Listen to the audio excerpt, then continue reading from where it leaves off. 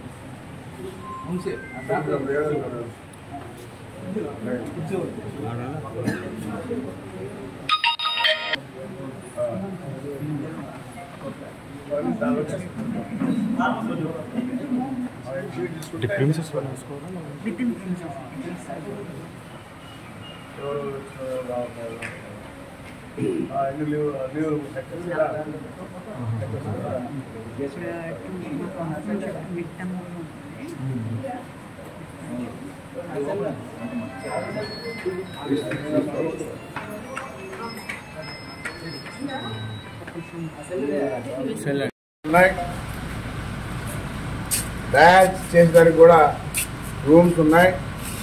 ప్రభుత్వం నుంచి పర్మిషన్ తీసుకుంటే త్వరలోనే స్టార్ట్ చేయొచ్చు. దానికి కూడా మంత్రి దగ్గర పర్మిషన్ తీసుకొని డయాలసిస్ చేసుకునే వాళ్ళు నెల్లూరుకో తిరుపతిలో పోతున్నారు.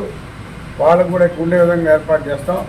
ఈరోజు తెలుగుదేశం ప్రభుత్వం వచ్చిన తర్వాత ముందు విద్య వైద్యం అన్నాడు సీఎం.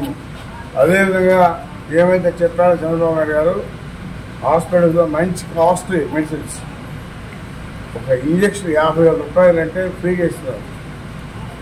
ప్రైవేట్గా పోవలేదు. మన హాస్పిటల్ అన్నీ ఉన్నాయి. డాక్టర్లు కూడా అందుబాటులో ఉండే విధంగా ఏర్పాటు చేసాం. ఎవరు లేకపోయినా వాళ్ళ టైంలో ఖచ్చితంగా ప్రభుత్వం యాక్షన్ తీసుకోమని తెలియాలి.